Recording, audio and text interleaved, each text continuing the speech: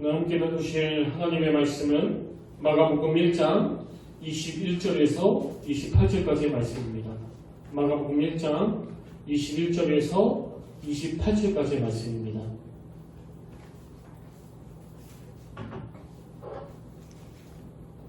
신약 54페이지에 있습니다.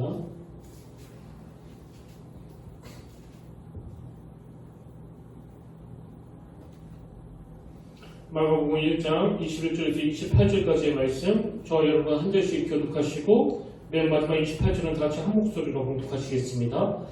그들이 가버나움에 들어가니라. 예수께서 곧 안식일에 회당에 들어가 가르치시매 못 사람이 그의 교훈을 말하니 이는 그가 가르치시는 것이 돈 있는 자와 같고 소리가 내가 듣지 아니하니라. 마침 그들의 회당에 더러운 귀신 들린 사람이 있어 소리질러 이르되 나사렛에서 내가 당신과 무슨 상관이 있나이까 우리를 내가 원하니까 나는 당신이 누구인 줄 아니 하나님의 거룩한 자니이다. 예수께서 꾸짖어 이르시되 잠잠하고 그 사람에게서 나오라 하시니 더러운 귀신이 그 사람에게 경련을 일으키고 큰 소리를 지르며 나오니라. 다 놀라 서로 물어 이르되 이는 어찌미냐 권 있는 새 교훈이로다. 더러운 귀신들에게 명한즉 순종하는도다 하더라. 우리 다 같이 읽겠습니다. 예수의 주문이 곧 온 갈릴리 사방에 퍼지더라. 아멘. 할렐루야. 반갑습니다. 우리 함께 인사 나누기로 원합니다. 참 잘하셨습니다. 오늘도 주님의 인도하심이 이곳에 있기를 진심으로 축복합니다. 제가 작년에 읽었던 기사 내용인데요. 이 기사는 미국의 예일대 연구진의 발표입니다. 여러분들도 아시다시피 이 영화관 하면 그건 그 금연의 공간 아닙니까? 근데 그 금연의 공간인 영화관에서 한 2시간짜리 영화를 본다고 했을 때 최대 담배 20개 피를 핀 것과 맞먹는 3차 간접 흡연 효과, 그런 피해가 있을 수 있다는 겁니다. 이게 어떤 내용인가 보니까요. 사실 바로 옆 사람이 담배를 피우는 경우에 그 사람이 피우는 연기 때문에 2차 간접 흡연 피해를 본다고 하지 않습니까? 근데 여기 이 3차 간접 흡연 효과라는 것은 이제 그렇게 담배 피우는 사람이 영화관에 들어오면은 굳이 그 자리에서 담배를 피지 않더라도 이미 그 사람 옷과 피부 등에 묻어있는 담배 연기 성분이 그 영화관 내부에 유입이 돼가지고 그 공간을 오염시킨다는 그런 이야기입니다. 그래서 그 연구팀에서 실제로 그 영화관 내부를 충분히 환기시키고 나서 연구를 해보니까요. 시간이 지나면서 그 영화관 안에 발암 성분인 벤젠, 타르, 일산화탄소 이런 것들을 비롯해가지고 무려 35개가 넘는 유해 성분이 발견되더라. 그래서 앞에서 말씀드린 것처럼 영화관에서 2시간짜리 영화를 보는 경우에 최대 담배 20개 피를 피운 것과 맞먹는 간접 흡연 피해를 보게 되더라. 그런 요지의 내용이었습니다. 그래서 제가 작년에 제 주변에 아직 담배를 피는 사람들, 그 사람들에게 그런 이야기를 했더니요. 하나같이 반응이 그런 게 어디 있느냐고. 아니 거기가 담배 피우는 흡연 공간도 아닌데 무슨 담배 20개 피나 피 효과가 나타나느냐. 이게 말이 되느냐고 막 대놓고 피우는 겁니다. 그래서 제가 다른 말 안 하고 그 기사 내용, 저 기사 내용을 검색해가지고 문자를 보내준 거예요. 아무 말 없이. 그러니까 그렇게 말도 안 된다고 소리하던 그렇게 비웃던 사람들이요. 딱 보자마자 바로 그 순종 모드, 그 승복 모드를 취하는 거예요. 여러분 사실 그 사람들이 결정적으로 승복하게 된 이유는요. 그 기사에 나오는 이 문장 한 줄 때문입니다. 미국 예일대 드루겐트럭 교수 연구진이 미 국제학술지 사이언스 어드밴스 발표에 의하면 이렇게 하면서 나가는 그 한 문장 때문에 그 권위에 승복을 하게 된 거 아닙니까? 그리고 그건 저도 마찬가지예요. 사실 저 역시도 만약에 제가 이걸 기사로 본 게 아니고 누가 저에게 이런 얘기를 했다면 대놓고 비우지는 못했더라도 안 믿었을 거예요. 아니 그건 좀 이해가 안 된다. 아니 금연 공간에서 무슨 담배 20개 피를 핀 효과가 나느냐고. 근데 저 역시도 그 말에 100% 믿을 수 있게 된 것은 그 학자들의 권위. 미국 예일대 드루겐트럭 교수 연구진이 국제학술지 기관 발표라고 하니까 그 권위가 인정이 되니까 승복이 되는 거 아닙니까? 그러니까 믿어주게 되는 거고요. 그래서 제가 그날 이 권위에 대해서 참 많은 생각을 하게 된 겁니다. 이 권위란 무엇인가? 이 권위란 어디서 생겨나는 것인가? 제가 오늘 본문을 묵상하다가 작년에 경험한 이 일이 불쑥 떠오른 이유가 뭐냐면요. 오늘 본문에서 예수 그리스도가 보여주시는 이 말씀의 권위, 이걸 다루는 내용이기 때문에 그렇습니다. 오늘 말씀의 배경이 어떻게 되는가 하면은요, 지난 시간에 살펴본 것처럼 이제 예수님께서 세례를 받으시고, 그리고 광야에서 유혹을 받으시고, 또 그것을 이겨내시고, 그리고는 이제 함께 동역할 제자들을 뽑으신 이후에 오늘 본문에 보면은 이 저자 마가가 예수님의 가버나움의 설교 첫 번째로 소개하는데요. 이 본문에서 마가가 강조하고 싶은 게 뭐냐면은 상대방을 완전히 승복시키는 이 말씀의 권위, 이게 오늘 본문에서 굉장히 강조가 되고 있다는 겁니다. 실제로 이 권위라는 단어가 오늘 본문에서 두 번이나 쓰여지는 것을 볼 수가 있는데요. 첫 번째로 이 권위라는 단어가 22절에 나옵니다. 자, 먼저 21절부터 보십시오. 그들이 가버나움에 들어갑니다. 예수께서 곧 안식일에 회당에 들어가 가르치심에 무슨 사람이 그의 교훈에 놀라니 이는 그가 가르치시는 것이 권위 있는 자 같고, 이렇게 권위가 나오지 않습니까? 그러면 27절에도 이 권위라는 단어가 나옵니다. 다 놀라 서로 부르일 때 이는 어찌미냐 권위 있는 새 교훈이로다. 이렇게 두 번에 걸쳐서 이 권위라는 표현이 나오는데요. 여러분, 우리가 이 대목에서 주목해야 되는 건 22절 앞부분에 나오는 이 부분을 한번 보십시오. 무슨 사람이 그의 교훈에 놀라니. 여기 나오는 놀라다라는 이 단어는 헬라어로 에크플레소라는 단어인데요. 이건 그냥 대단한데 이 정도가 아니에요. 이 에크플라스라는 단어는 정말 어쩔 줄 모를 정도로 충격을 받은 상태, 그런 뉘앙스를 내포하고 있는 단어예요. 그러니까 뭐 어마어마하게 놀랐다는 거 아닙니까? 그러면 27절도 마찬가지입니다. 다 놀라 서로 그러 이르되, 여기 나오는 놀라다라는 이 단어도 헬라어로 에크담베오라는 단어인데요. 이 단어 역시도 충격을 받은 상태를 묘사하는 단어예요. 그러니까 지금 예수님이 거기 있는 사람들에게 말씀을 가르치고 계시는데 저분 말씀 잘 전하시네, 대단한데, 이 정도의 놀람이 아니고요. 뭐 그야말로 막 어쩔 줄 모를 정도로 충격을 받은 차원에서의 놀람이에요. 그럼 이런 질문이 가능한 거 아닙니까? 아니, 예수님은 어떻게 이렇게 첫 사역에서부터 이런 평가를 받으실 수 있을까? 저는 이 질문에 대한 힌트를 22절에서 발견하는데요. 자, 22절을 보십시오. 무슨 사람이 그의 교훈에 놀라니 이는 그가 가르치는 것이 권위 있는 자가 같고 서기관들과 같지 아니함이로라. 지금 예수님의 가르침과 이 서기관들의 가르침을 대조하면서 설명하고 있는데, 이게 뭘 의미하느냐? 여러분, 그 당시 서기관들은요, 율법을 전문적으로 연구하고 가르치는 이 율법 전문학자들을 말하거든요. 그래서 여기 이 서기관들과 같지 않다라는 이 말씀은 그 당시 이 서기관들을 폄하하는 차원에서 나온 말이라기보다는 이 예수님이 가르치는 이 말씀의 탁월함, 이걸 강조하기 위한 표현이에요. 그러니까 지금 사람들이 예수님의 가르침에 막 충격을 받을 정도로 놀라는 이유는 그동안 자기들이 들어오던 인간들의 가르침, 그 당시 학자라고 하는, 그 당시 전문가라고 하는 사람의 가르침과는 근원적으로 차원이 다른 말씀이기 때문이다. 이걸 강조하는 거고요. 그러나 또 하나, 이렇게 예수님이 전하는 그 말씀도 탁월하지만 예수님의 가르침에는 이 귀신을 쫓아내는 능력이 동반된 말씀이기 때문에 충격을 받은 겁니다. 23절, 24절에 다시 보십시오. 마침 그들의 회당에 더러운 귀신 들린 사람이 있어 소리질러 이르되 나사렛 예수여, 우리가 당신과 무슨 상관이 있나이까? 우리는 멸하러 왔나이까? 나는 당신이 누구인 줄 아노니 하나님의 거룩한 자니이다. 그랬더니 25절, 26절입니다. 예수께서 꾸짖어 이르시되 잠잠하고 그 사람에게서 나오라 하시니 더러운 귀신이 그 사람에게 경련을 일으키고 큰 소리 지르며 나오는지라. 이 예수님의 권위, 이 안에는 그 당시 서기관들처럼 단순히 학문적인 이론만을 전하고 가르치는 정도가 아니라 이런 실질적인 능력이 내포되어 있었기 때문에 27절에서 그들이 너무나 놀라면서 이는 어찌미냐 권위 있는 새 교훈이로다, 이런 표현이 나올 수 있었다는 겁니다. 제가 오늘 이 본문 말씀을 주목하는 이유는요, 여러분도 아시지만 지금은 강단이 능력을 잃어버렸다고 그러잖아요. 지금은 강단이 신뢰를 잃어버렸다고 그러지 않습니까? 저는 이런 시대에서 목회자로 살아가고 있기 때문에 이런 말씀들을 쭉 묵상하면서 저 같은 설교자들은 어쩌다가 이 강단이 이렇게 능력을 잃어버렸는지, 어쩌다가 이 강단이 신뢰를 잃어버렸는지, 이걸 참 고민해야 된다고 생각합니다.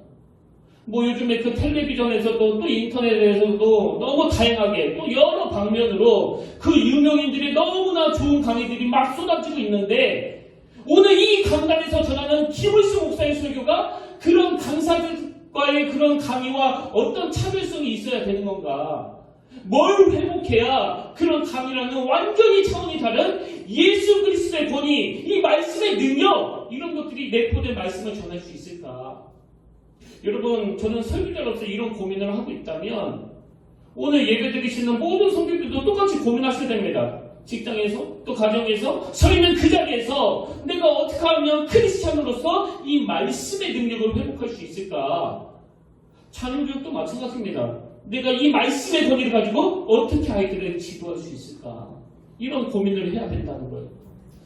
이런 점에서 저는 오늘 본문에 나오는 이 예수님의 말씀의 권위를 보면서 우리 이런 고민들에 대해서 몇 가지 대안을 찾을 수 있다고 생각하는데요. 이걸 오늘 좀 나눠보고 싶습니다. 여러분 정말 이런 말씀의 능력을 회복하기 원한다면 그 첫 번째 대안이 뭐냐? 우리 삶 자체가 예수님의 권위로 덧입혀져야 된다는 겁니다. 앞에서도 말씀드렸지만 두 번이나 이 권위라는 단어가 나오는데요. 먼저 22절에서 그가 가르치는 것이 권위 있는 자 같고 또 27절에서 이는 어찌미냐 권위 있는 슬기온이로다. 이렇게 두 번에 걸쳐서 권위가 나오는데요. 이 헬라어로 권위는 엑소시아라는 단어입니다. 그래서 제임스 웨드워드가 쓴 이 마가복음 주석서에 보면은 이 권위를 나타내는 엑소시아라는 단어는 주로 초자연적인 권위를 나타낼 때 사용되는 단어라고 그렇게 설명을 하고 있는데요. 이 마가복음에는 이 엑소시아라는 단어가 무려 9번이나 등장합니다. 그 중에 6번이 예수님에 대해서 설명할 때 이 엑소시아라는 단어가 나오고요. 나머지 3번의 경우도 예수님이 세우신 또 예수님께 부여받은 사도들의 권위를 설명할 때 이 엑소시아라는 단어가 사용됐다는 거예요. 그러니까 이 마가복음에 9번이나 등장하는 권위를 뜻하는 엑소시아라는 단어 모두가 다 예수 그리스도와 관련해서 예수님이 가지신 이 권위와 관련해서 사용됐다는 그런 공통점이 있다는 겁니다.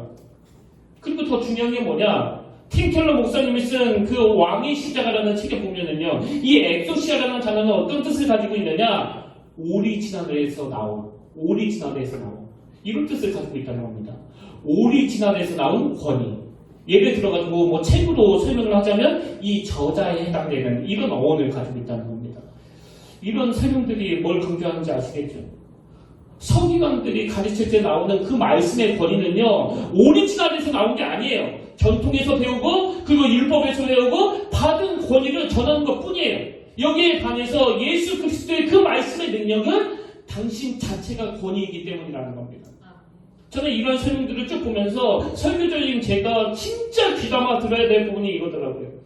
여러분 지금 제가 전하는 이 설교는요, 제가 가진 오리지널 지식에서 나오는 게 아닙니다. 전부 이분의 지식, 저분의 지식, 저분의 가르침, 또 예수님이 주시는 어떤 깨달음 이런 것들을 다 녹여가지고 설교하는 거 아닙니까?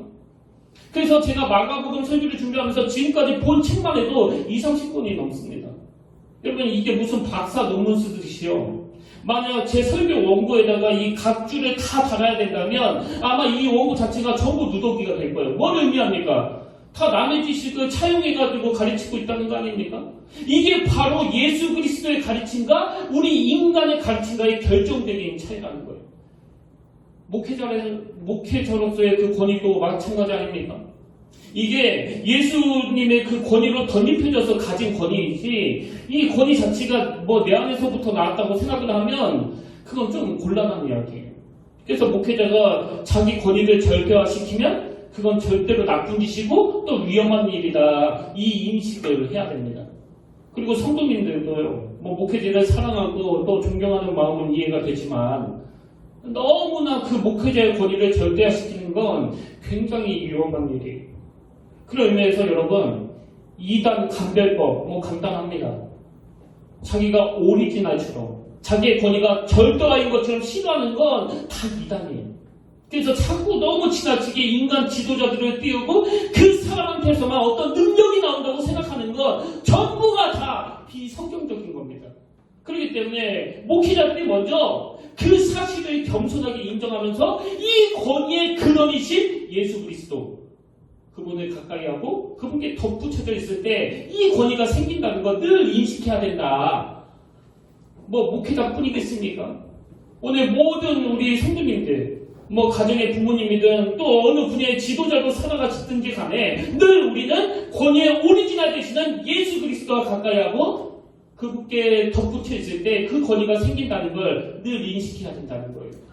그래서 목회자가 뭐 때로 뭐 그 권위를 잃어버리고 또 성도들로 하여금 그 신뢰를 잃어버렸다고 할 때 뭐 어떤 유명한 목사님 쫓아다니면서 그분께 배워 신용하는 것이 아니라 이 권위자 되신 주님께 가까이 가는 거, 그게 가장 근원적인 대안이라고 생각합니다. 이게 첫 번째 대안이고요. 그런가 하면 오늘 본문에서 발견되는 두 번째 대안이 있는데, 여러분 우리가 이 말씀의 권위를 회복하려면요, 우리 스스로가 정결한 그릇으로 준비가 되어야 된다는 겁니다. 이게 무슨 뜻인지 설명을 해드릴게요. 오늘 본문에 보면은 참 흥미로운 포인트 하나를 발견할 수 있는데요. 자, 26절에서 귀신을 이렇게 묘사합니다. 더러운 귀신이 그 사람에게 경련을 일으키고 큰 소리를 지르며 나오는지라. 여기 보면 여러분 귀신도 능력이에요. 경련을 일으키게 만들고 사람을 소리 지르게 만듭니다. 근데 아무리 그런 능력을 가졌다고 하더라도 귀신은 더러운 존재라는 거예요. 그리고 더 재미있는 건요, 그 더러운 귀신이 예수 그리스도를 어떻게 표현하는가 보니까, 자 24절에 보십시오. 나사렛 예수여, 우리가 당신과 무슨 상관이 있나이까? 우리를 멸하러 왔나이까? 나는 당신 누구인지 아노니 하나님의 거룩한 자니이다. 이게 굉장히 흥미롭지 않습니까? 이 두 대조가 뭘 강조하는 걸까요? 먼저 우리가 기억해야 되는 거, 여러분 사단은요 사람을 더럽히는 존재라는 거예요. 이걸 기억하셔야 됩니다. 그렇기 때문에 그 귀신이 능력이 많으면 많을수록 더 악해지는 거예요. 인간을 더럽게 하는 악한 능력. 여기에 반해 우리 하나님은 능력이 많으신 하나님이시기도 하지만 그분은 거룩하신 분이에요. 박용만 교수님의 책에 보면은 이 부분에 대해서 에스겔 36장을 가지고 설명하는 대목이 나오는데요. 하나님께서 당신의 백성, 그 애굽에서 종노릇 하던 당신의 백성들을 탈출시킬 때 그들을 모든 더러운 것, 또 모든 더러운 곳, 이런 것들로부터 구원해 주시겠다는 약속을 하셨다는 겁니다. 그게 에스겔 36장 24절, 25절 또 29절에 나오는 말씀인데요. 자, 먼저 24절에 보십시오. 내가 너희를 여러 나라 가운데에서 인도하여 내고 여러 민족 가운데에서 모아 데리고 고국 땅으로 들어가서 맑은 물을 너희에게 뿌려서 너희를 정결하게 하되 곧, 그 다음 보세요. 너희 모든 더러운 곳에서와 모든 우상 숭배에서 너희를 정결하게 할 것이며, 그 다음 29절도 보십시오. 29절은 없나요? 네, 있네요. 내가 너희를 모든 더러운 곳에서 구원하고. 여러분 꼭 기억하셔야 됩니다. 사단은 사람을 더럽히는 존재예요. 이런 의미에서 오늘 보면 24절에서 귀신이 주님께 이렇게 항변합니다. 나사렛 예수여, 우리가 당신과 무슨 상관이 있나이까? 무슨 뜻입니까? 기왕에 이 귀신 들린 자는 더럽혀진 자니까 상관하지 말라는 거 아닙니까? 내버려 두라는 거 아닙니까? 여러분 여기서 진짜 중요한 메시지를 우리가 얻어야 돼요. 우리가 때로는 실수로 가지 말아야 할 곳을 가고 하지 말아야 할 일을 해가지고 참 내 양심이 내가 이런 더러운 조리에 빠졌다는 이런 생각이 든다 할 때 많은 청소년들이 제가 사역할 때 보니까 그러더라고요. 목사님, 나는 이제 기회를 잃어버렸습니다. 나는 이제 하나님 앞에 죄를 지었습니다. 하나님은 이런 나를 버리실 거예요. 이제 사랑하지 않으실 거예요. 그건요 사단의 공격이에요. 사단의 속성임입니다. 기왕 더럽혀졌으니 예수님은 상관하지 마시라는 이 메시지는 사단의 메시지예요. 절대로 그렇지 않습니다. 여러분 우리가 참 내 자신이 부끄럽고 초라한 죄의 자리에 빠졌다 할지라도 그럴수록 더욱더 모든 더러운 것에서와 모든 더러운 곳에서부터 우리를 깨끗하게 해주시는 능력의 오리지널 되시는 그분을 더 강하게 붙잡아야 된다는 겁니다. 이런 점에서 여러분 뉴스를 보셔서 아시겠지만 그 장면에 있었던 일이요. 무슨 텔레그램 N번방인지 F번방인지 그 듣지도 보지도 못한 이런 곳에서 어린 미성년자들을 성적인 노예로 만들어 협박하고 또 그렇게 만든 영상을 돈을 받고 유포하는 사건이 벌어져가지고 우리 모두를 경악하게 만들더니 이번에는 뉴스를 보니까 7년 동안 어떤 남자가 여성인 척 가장을 해가지고 무려 남자 1,300명하고 영상통화를 하면서 그들의 음란 행위를 녹화해가지고 유포해서 돈을 벌었다는 그런 추악한 사건이 일어나지 않았습니까? 여러분 저는요 이런 일이 일어날 때마다 정말 하나님께 빌고 또 빌었습니다. 하나님 그 방에 들락거리는 사람 중에 정말 예수 믿는 사람이 한 명도 없기를 원합니다. 왜 그래야만 됩니까? 우리는 더럽히는 귀신의 영향을 받는 존재가 아니라 거룩하신 하나님, 능력의 오리지널 되시는 예수님의 영향을 받는 주님의 자녀들인데 어떻게 그런 악한 곳을 기웃거릴 수가 있겠냐는 거예요. 혹여라도 뭐 그런 시도까지는 아닐지라도 여러분 오늘 사단의 악한 사단의 이 유혹에 놓여있는 분이 계시다면 더러운 곳에서 우리를 건져내기를 원하시는 그 십자가를 의지하고 하나님의 은혜로 죄된 자리를 완전히 끊어버리시는 능력을 경험하게 되시기를 바랍니다. 이게 왜 중요할까요? 여호수아 3장 5절에 보니까 여호수아가 이스라엘 백성들을 향해 이렇게 선포합니다. 여호수아가 또 백성에게 이르되 너희는 자신을 성결하게 하라. 여호와께서 너희 가운데 기이한 일들을 행하시리라. 지금 그들이 꿈에도 그리던 목적지 가나안을 향해 달려가는데 그래서 이제 그 악한 적들과 싸워야 되는데 하나님이 하실 일이 있고 우리가 할 일이 있다는 거예요. 하나님이 하실 일이 뭡니까? 하나님은 우리 생각과 우리 가치관을 뛰어넘는 기이한 일, 놀라운 일, 우리를 향해서 깜짝 놀랄 일들을 계획하고 행하시는 게 이 여호와께서 하실 일이고요. 거기에 반해서 우리가 할 일은 스스로를 성결하게 하는 겁니다. 오늘 교회의 모든 문제는요, 자꾸 우리가 기이한 일을 해보겠다고, 자꾸 우리가 놀라운 일을 해보겠다고 시도하는 여기서부터 다 문제가 생기는 거 아닙니까? 놀라운 일은 하나님이 하시는 거예요. 그리고 우리가 할 일은 그 하나님을 기대하는 거. 그 하나님을 기대하며 꿈을 꾸는데 어떻게 그 M번방인지 F번방인지 그런 데를 기웃거릴 수 있겠냐는 거예요. 그래서 우리가 할 일은 성결이에요. 거룩하신 하나님을 닮아가는 거거든요. 그렇기 때문에 저는 이 디모데후서 2장 20절, 21절 이 말씀은 모든 그리스도인들이 이 마음에 새겨야 될 말씀이라고 생각합니다.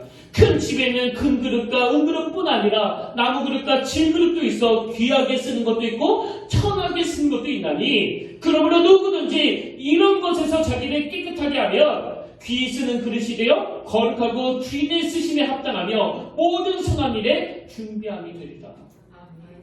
이게 하나님의 생각과 세상의 가치관과의 결정적인 차이 아닙니까? 세상은요, 꽝 잡는 게 매라고 그래요. 세상은 무슨 짓을 저지르든 간에 이 꽝만 잡으면 된다고 그래요. 어떻게 해서든지 간에 큰 그릇이 되기만 하면 된다고 생각합니다.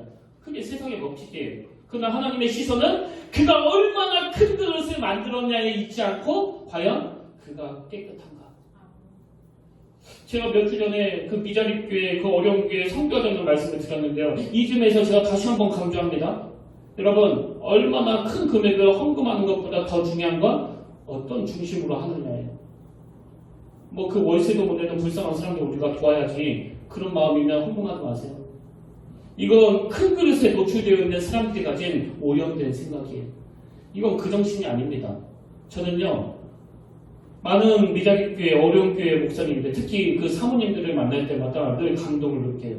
지금 사모님이 몸부림쳐 그 직장에서 수입을 만들어내지 않으면 그 집안의 생계 자체가 정말 막막할 정도로 어려운데, 그리고 지금 그 교회 임대료를 낼 수 없는 그런 상황인데도 불구하고 얼마나 하나님 앞에서 신실하게 바르게 살아보려고 애를 쓰시는지 저는 정말 진실하게 목표하려고 애쓰는 많은 목사님들을 만나고 있거든요.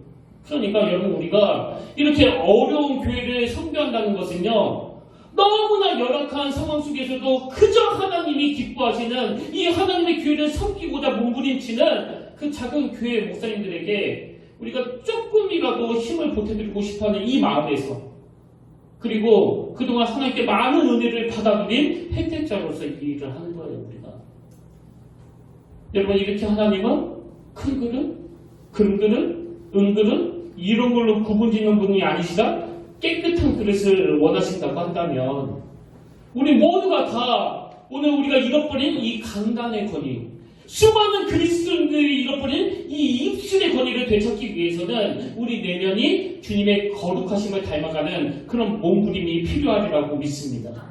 마지막 세 번째로요, 우리가 이 말씀의 권위를 회복하기 위해서 오늘 본문에서 발견되는 대안이 하나 더 있습니다. 그건 바로 예수님의 통제하에 놓여야 한다는 사실이에요. 자, 본문 25절을 한번 보십시오. 예수께서 꾸짖어 이르시되 잠잠하고 그 사람에게서 나오라. 여러분 지금 이 예수님의 명령은 그 사람에게 악한 영향을 미치는 귀신과의 그 격리를 말하는 거 아닙니까? 그 사람에게서 나오라. 이건 영향력의 문제예요. 그리고 바로 앞에 나오는 23절에 그 귀신 들린 사람의 참 가슴 아픈 모습이 이거 아닙니까? 마침 그들의 회당에 더러운 귀신 들린 사람이 있어 소리질러 이르되, 지금 우리가 지금 이렇게 함께 모여서 예배드리고 있는데요. 여러분 지금 제가 이렇게 설교하고 있는데 뭐 누구 하나 막 소리를 지르고 막 저한테 얘기하는 사람이 없잖아요. 왜? 이 시간에는 그러면 안 되는 시간이니까. 근데 지금 하나님의 아들 예수 그리스도가 신적인 권위를 가지고 말씀을 전하고 계신데 막 어떤 사람이 소리를 질러대는 거예요. 자기도 그러면 안 된다는 거 잘 아는데요. 이 통제가 안 되는 거예요. 이 통제가. 이게 바로 귀신의 영향력이에요. 오늘 우리 시대의 비극이 이거 아닙니까? 이 귀신 들린 사람의 강력한 특징 중에 하나의 통제가 되지 않는 삶. 제가 앞에서 말씀드린 그 텔레그램 엠번방이라는 곳에서 그 미성년자들을 성적인 노예로 삼고 또 그렇게 만든 영상을 막 퍼뜨려가지고 돈을 벌었던 그 청년이 여러분 잡히지 않았습니까? 근데 여러분 다 아시죠? 그 청년이 잡혀가지고 하는 말이 멈출 수 없었던 악마의 삶을 멈춰줘서 감사한다. 수많은 사람들이 또 이 말에 막 분노를 느끼더라고요. 무슨 의도로 저런 이야기를 하느냐고. 근데 여러분 저는요, 붙잡혀가지고 멈출 수 없었던 악마의 삶을 멈춰줘서 감사한다는 이 말이 그 본인을 너무 비참하게 만든다는 생각을 하게 되는 겁니다. 꼭 그렇게 강제로 감옥에 보내줘야지만 멈추어지는 이게 얼마나 비참한 거냐는 거예요. 저는 그 말을 들으면서 신앙적으로 무슨 생각이 드는가 하니까, 여러분 예수 믿는다는 게 뭡니까? 예수 믿는다는 거는요, 멈출 수 없게 만드는 그 악마의 삶을 멈추게 하는 능력이에요. 그래서 누가 저보고요, 김 목사님, 목사님에게 예수님은 어떤 존재입니까? 이렇게 물으신다면요, 저는 뭐 숨도 안 쉬고 대답할 답이 있습니다. 저에게 예수 그리스도는요, 제 삶의 억제력이에요. 억제력. 당신이 찾아올 때 억제하게 만드는 능력. 누구에 대해 분노와 울분과 미움이 찾아올 때, 내 안에 욕망이 찾아올 때 그걸 억제하게 만드시는 능력. 그래서 예수 믿는 사람은요, 뭐 붙잡혀가지고 감옥에 가가지고 이제서야 억제할 수 있어서 다행이다, 감사하다, 이런 말 하면 안 되는 거예요. 그런 의미에서 저는 독실한 기독교 집안에서 태어난 걸 너무나 감사하고요. 또 어렸을 때부터 그 감리교단에서 신앙생활한 걸 항상 하나님께 감사합니다. 왜? 항상 굉장히 엄격하게 신앙교육을 받았기 때문에 뭐 술, 담배 이런 거 상상도 못했습니다. 그래서 제가 막 술 마시고 싶고 담배 피고 싶고 그런 마음이 찾아올 때마다 이 교회에서 가르쳐주는 신앙교육의 핵심은 바로 그 삶의 억제력이에요. 억제력. 뭐 담배 피지 말라는 게 성경에 어디 나오느냐, 술 마시지 말라는 게 성경에 어디 나오냐, 뭐 그렇게 복잡할 거 하나도 없습니다. 그 못된 담배 용기를 또 정신을 혼미하게 만드는 그 술을 이 거룩한 성전인 내 몸 안에 들이지 않기 위하여 몸부림을 치는 거, 이게 바로 억제력이에요. 억제력. 그런 의미에서 저는 오늘 여러분들이 직장에서, 가정에서 이런 평가를 받았으면 좋겠습니다. 저 사람은 좀 실수를 해도, 좀 잘못을 해도 지적 안 해줘도 돼. 왜? 우리가 지적 안 해줘도 좀 지나면 다 고쳐지더라. 이게 그리스도인들이 받아내야 될 가장 중요한 모습이라고 생각합니다. 왜 지적 안 해줘도 됩니까? 내 안에 함께 계시는 예수 그리스도, 그 성령의 은혜로 깨우쳐 주셔서 잘못된 길로 가더라도 이건 아니지 그러면서 다시 제자리로 돌아올 수 있는 힘, 그 억제력이 주는 능력이 바로 신앙생활이기 때문이에요. 지금 본문에서 귀신 들린 자가 가지고 있는 비참함이 그거 아닙니까? 소리 지르면 안 되는 그런 분위기에서 뭐 알고 있는지 모르고 있는지가 중요한 게 아니라 절제할 수 없이 소리 지를 수밖에 없는. 그래서 우리는 항상 이 말씀을 기억해야 됩니다. 고린도전서 9장 25절, 이기기를 다투는 자마다 모든 일에 절제하나니, 이기기를 다투는 자마다 모든 일에 절제하나니 그들은 썩을 승리자의 권을 얻고자 하되 우리는 썩지 아니할 것을 얻고자 하노라. 저에게 간절한 소원이 있다면요, 지금 우리 평택교회에 다니고 있는 연재, 연서, 지민이, 이 아이들이 오랜 세월이 지나고 내 어린 시절을 평택교회에서 보낸 게 진짜 복이었다. 이기기를 다투는 자마다 모든 일에 절제해야 된다는 걸 가르쳐준 교회가 바로 평택교회다. 이런 답이 나올 수 있기를 저는 간절히 바라고 또 바랍니다. 여러분 이 세 가지를 꼭 기억하십시오. 첫째로 예수님의 권위로 덧입고, 둘째로 정결한 그릇으로 준비될 뿐 아니라, 세 번째로 예수님의 통제 아래 놓이는 삶. 이 모든 것들이 가능하기 위해서 오늘 예수 그리스도의 그 권위를 인정하고 그 권위 아래 거하는 삶을 살아내기를 주님 이름으로 축복합니다. 여러분 제가 수도 없이 말씀드리잖아요. 예배가 능력이라고, 예배는 이론이 아니라고. 오늘 이 예배당에 와서 예배 드리지 못하고 영상으로 예배를 드린다 할지라도 바로 여러분이 오늘 말씀에 집중하고 이 예배에 집중할 때 그것이 차안이든 집안이든 그 복음의 능력이 나타날 줄로 믿습니다. 어제 저녁까지 끊을 수 없어, 통제할 수 없어, 그렇게 끌려다니던 그 무엇으로부터 이 억제력을 가지고 하나님, 나는 거룩하신 예수님의 권위 아래 놓여진 사람입니다. 나는 더럽게 만드는 귀신의 영역에 있지 아니합니다. 오늘 예배 가운데 그 악한 사단의 영역이 단번에 끊어지는 신비로운 능력을 경험하게 되기를 바랍니다. 한 가지 말씀만 드리고 이제 오늘 말씀을 정리하기 원하는데요. 무려 12년 전에 있었던 일이에요. 그리고 지금도 그때가 가끔씩 생각이 납니다. 제가 예전에 회계학을 전공할 때 저를 굉장히 이뻐해 주셨던 교수님이 계셨는데요. 이제 제가 그분을 찾아뵙고, 교수님, 제가 이제 그 신학교에 들어가려고 합니다. 그런 이야기를 전화로 찾아간 거예요. 그때 그 교수님이 저를 너무나 따뜻하게 맞아주셨는데요. 뭐 정성껏 음식을 준비해서 대접해 주시고, 그리고 학비에 보태스러운 그 용돈까지 주어주시고, 뭐 많은 덕담도 나누고 그랬는데요. 그 대화 중에 그분이 내뱉은 한마디가 아직도 제 마음에 그 비수로 남아있습니다. 뭐 절대로 저를 상처 주려고 하신 말씀이 아닌데요. 좋은 분위기 가운데 그 대화를 하다 보니까 그냥 그분이 툭 던진 말이에요. 무슨 말씀을 하시는가 하니까, 아이 목사들이야 말이야, 그냥 그 책임도 못 지는 말들을 막 내뱉는 그런 사람들 아니야? 제가 이제 그 신학교에 들어간다고 하니까 뭐 이런저런 말씀하시다가 그냥 자기의 생각이 툭 나온 거예요. 그분은 예수 안 믿는 교수님이니까. 이게 제 마음에 비수가 됐습니다. 그리고 지난 12년 동안 설교할 때마다 그 교수님의 말씀이 떠올라져요. 내가 지금 그 교수님의 말대로 그냥 뭐 책임도 안 짓고 뭔 뜻인지도 모르면서 막 내뱉고 있는 이런 비참한 설교자는 아닌가? 여러분, 이 강단의 권위가 회복하려면요, 이런 세상 사람들의 인식이 왜 생겨났는지를 알아야 됩니다.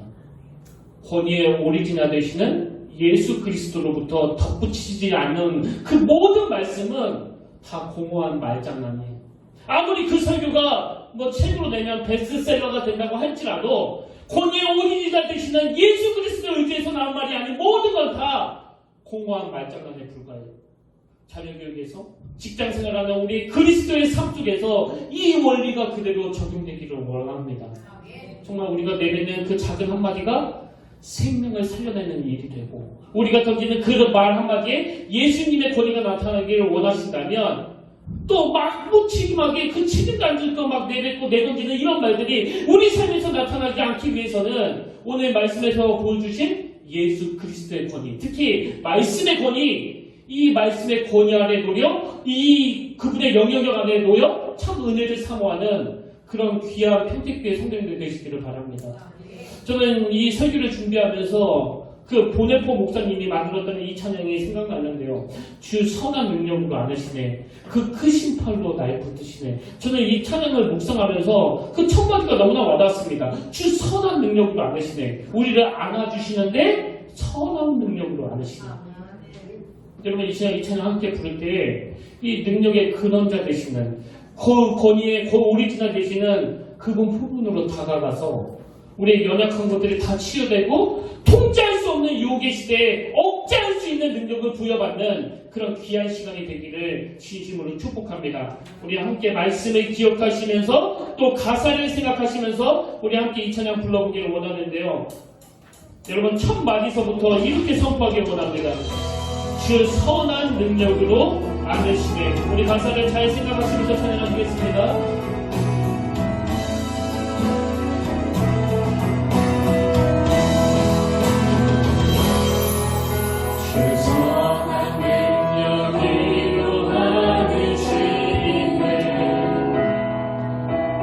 계신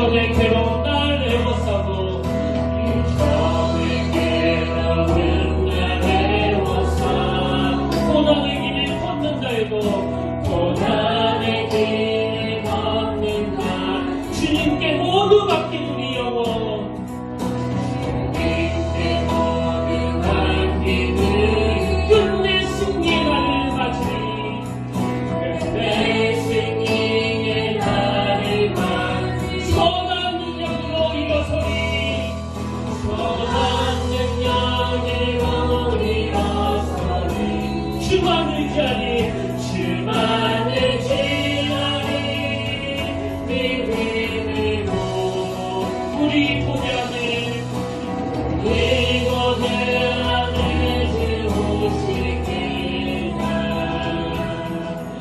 영광의 신랑을 맞이 주님이 마신 고난의 승자네 주님이 마신 고난의 승자 우리도 감사하며 받으리 우리도 감사하며 받으리 주님의 남은 고난 채워가며 주님의 남은 고난 채워가며 예수와 복음 위에 살리라 예수와 복음 위에 여러분 선포하십시오 선한 능력으로 일어서리 선한 능력으로 일어서 주만 의지하리 주만 의지하리 믿음으로 우리 고대하네 우리 고대하네 주 오시는 승리의 새날을 맞이하리 승리의 새날을 맞이하리 아멘 기도하시겠습니다. 살아계신 하나님 아버지 우리를 악한 곳으로 몰고 우리를 더럽히려는 너무나 무서운 사단의 공격이 지금 극심한 시대를 살고 있습니다. 우리 어린 자녀들은 말할 것도 없고 우리 기성세대들 우리 부모들조차도 그 억제력이 떨어져 끌려다닐 수밖에 없는 가슴 아픈 상황을 겪고 있습니다. 그러나 오늘 본문에 병을 주신 예수 그리스도의 권위 특별히 그 말씀의 권위 그 권위가 아버지 내 입술에 내가 선포되는 말에 나타나기 위해서 우리 모두가 다 그 권위의 오리지널 되시는 예수 그리스도로 덧입기를 원합니다. 모든 능력과 모든 권위와 모든 권세는 죄성을 가진 우리 인간으로부터 나오지 않는다는 것 그리고 우리가 끝까지 붙들어 의지할 분은 오직 예수 그리스도 한 분이심을 기억하면서 모두가 다 인간들의 자리로 돌아가고 주님만이 높임을 받으시며 그 주님이 높임을 받으시는 그 현장에서 주님이 주시는 놀라운 아름다운 선물 그 악한 공격으로부터 그 유혹으로부터 억제할 수 있는 전방위적인 능력을 허락하여 주시옵소서. 그렇게 은혜를 베푸신 주님을 기대하며 존귀하신 예수의 이름으로 간절히 기도드립니다. 아멘. 광고 하나 드리려고 하는데요. 오늘 예배가 마치고 각 가정마다 이 딸기잼을 하나씩 드리려고 합니다. 이게 이 딸기잼은 그 논산에 있는 연산제일교회라고 우리 교회가 이번에 새롭게 선교하고 있는 교회에서 보낸 건데요. 그 교회 목사님께서 저희 교회에 이걸 보내주시기 위하여 그 딸기 농장에 가서 알바로 일하셨다고 하더라고요. 저는 뭐 이 딸기잼 못 먹을 것 같아요. 그래도 우리를 위해서 보내주신 그 목사님의 성이니까요. 여러분 그 논산에 있는 그 교회를 축복하면서 또 기도하면서 맛있게 드시길 바랍니다. 이제 우리 다 자리에 일어나셔서 파송 찬양으로 수많은 무리들 주의지어 그분을 따르기를 원하네. 우리 이 찬양 부르고 또 이제 한 찬양 더 부른 다음에 오늘 말씀을 마무리하길 원합니다. 우리 가사를 생각하시면서 우리 소원하시는 노래 함께 드리기를 원합니다.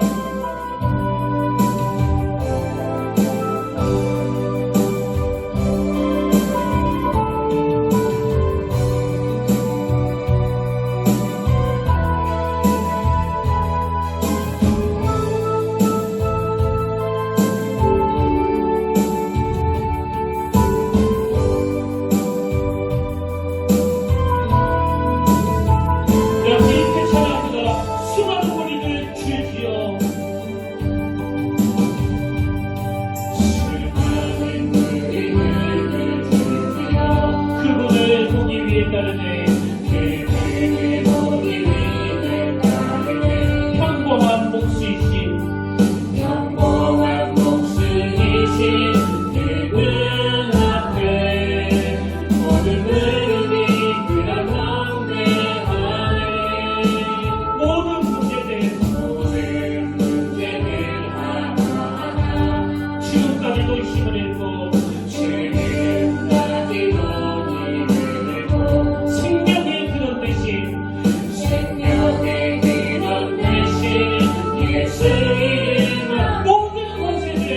그것에는 굴복하네. 예수 이름 높이세. 우리 함께 찬양합니다. 예수 이름 높이세. 능력의 이름 예수 이름 높이세. 구원의 이름 예수 이름을 부르는 자 예수 이름을 믿는 자 예수 이름 앞에 나오는 자 우리보다 나의 계획이 실패하고 나의 소망이 끊어질 때 나의 소망이 삶의 주관자 되신 그 손 앞에 삶의 주관자 되신 그는 나의 무릎을 꿇어 경배하네. 나의 무릎을 꿇어 경배하네. 나의 삶을 그분께 맡게 돼. 나의 삶을 그분께 맡게 돼. 비로소 나의 마음 편하네. 비로소 나의 마음 편하네. 구원의 반석 되신 예수의 이름을 구원의 반석 되신 예수의 이름 소리 높여 찬송하네. 소리 높여 찬송하네. 예수 이름 높이세. 예수 이름 높이세. 능력의 이름 예수 이름 높이세. 구원의 이름 예수 이름을 부르는 자 예수 이름을 믿는 자 예수 이름 앞에 나오는 자 우리보다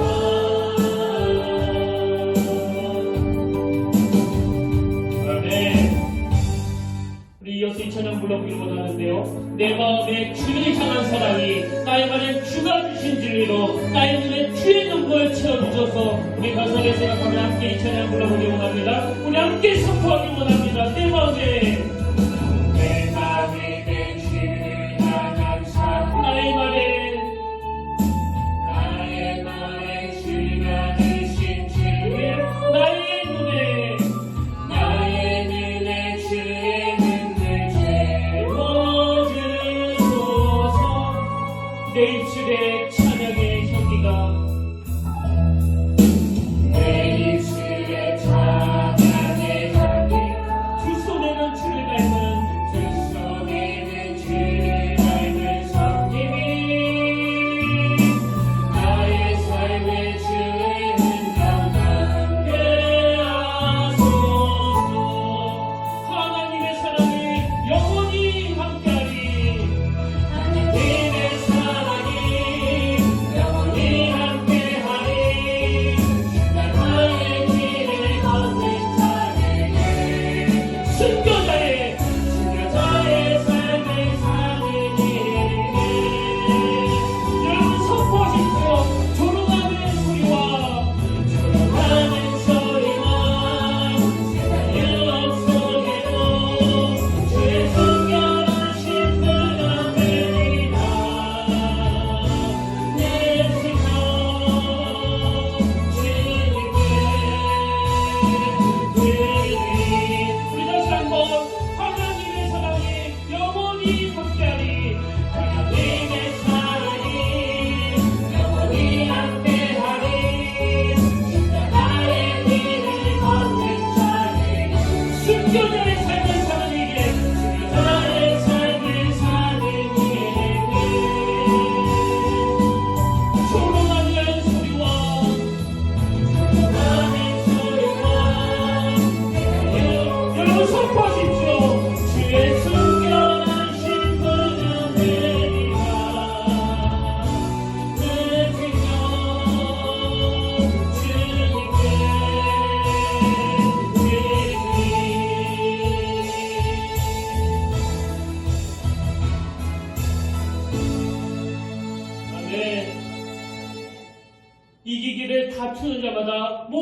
때문에 절제하나니 그들은 썩은 승리자의 관을 얻고자 하되 우리는 썩지 아니할 것을 얻고자 하노라. 하나님 아버지, 이번 한 주간 주님의 그 선한 능력을 의지하여 죄의 자리에 빠지지 아니하고 죄의 자리에 거하지 않은 거룩을 회복하는 스스로를 정결케 하는 아름다운 한 주간이 되도록 인도하여 주시옵소서. 이제는 우리 주 예수 그리스도의 은혜와 하나님 아버지의 다함없는 사랑과 성령님의 감동, 감화, 위로를 더 충만하심의 역사가 오늘 나의 삶의 자리에서 여러 종류로 여러 모양으로 찾아오는 그 사단의 공격을 방어하기 위해서 늘 주님의 권위 아래에 그 머무르면서 하나님이 우리에게 주신 그 억지력을 가지고 다시 힘을 내 달려나가기를 원하는 모든 주의 자녀들 머리 위에 지금부터 영원토록 함께 계시기를 간절히 축원하옵나이다. 아멘.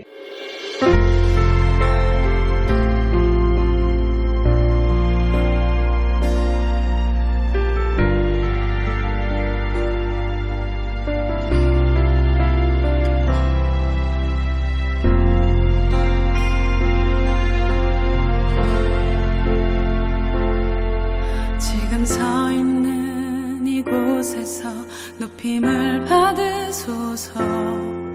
내가 밟는 땅 주님의 땅이니